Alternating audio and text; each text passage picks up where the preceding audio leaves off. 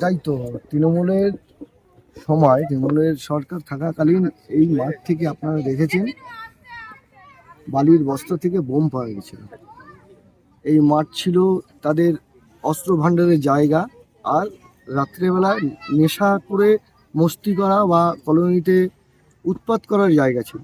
আজকে সেই মাঠে আমরা খেলার পরিবেশ তৈরি করেছি, ছোট ছোট বাচ্চাদের প্রশিক্ষণ কেন্দ্র করতে পেরেছি, তাদের পায়ে ফুটবল তুলে দিতে পেরেছি।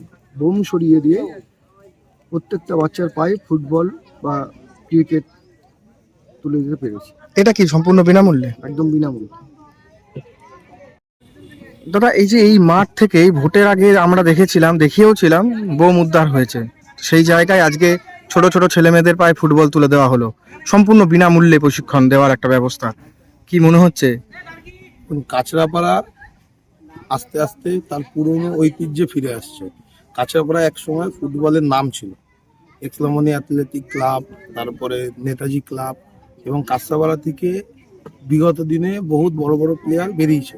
তো সেই দিন তৃণমূল সরকার থাকাকালীন সেই সব খেলা উঠে গেছিল, মাঠগুলো কোনো প্রমোটারের হাতে চলে গেছিল, দখল হয়ে গেছিল এবং নোংরামি হতো।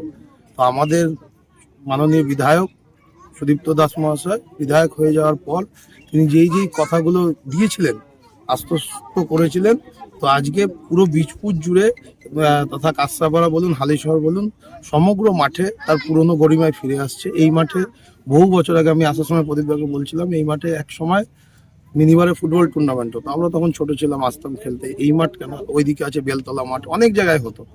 তো খুব ভাল লাগছে এরকম একটা অনুষ্ঠানে আসতে পেরে, যে এখনো সেই ছেলেবেলার কথাগুলো মনে পড়েছে, যে মাঠে বাচ্চারা ফুটবল খেলতে নামতে পারবে। প্রদীপদার উদ্যোগে এই জিনিসটা হচ্ছে, তার জন্য খুব ভালো লাগছে।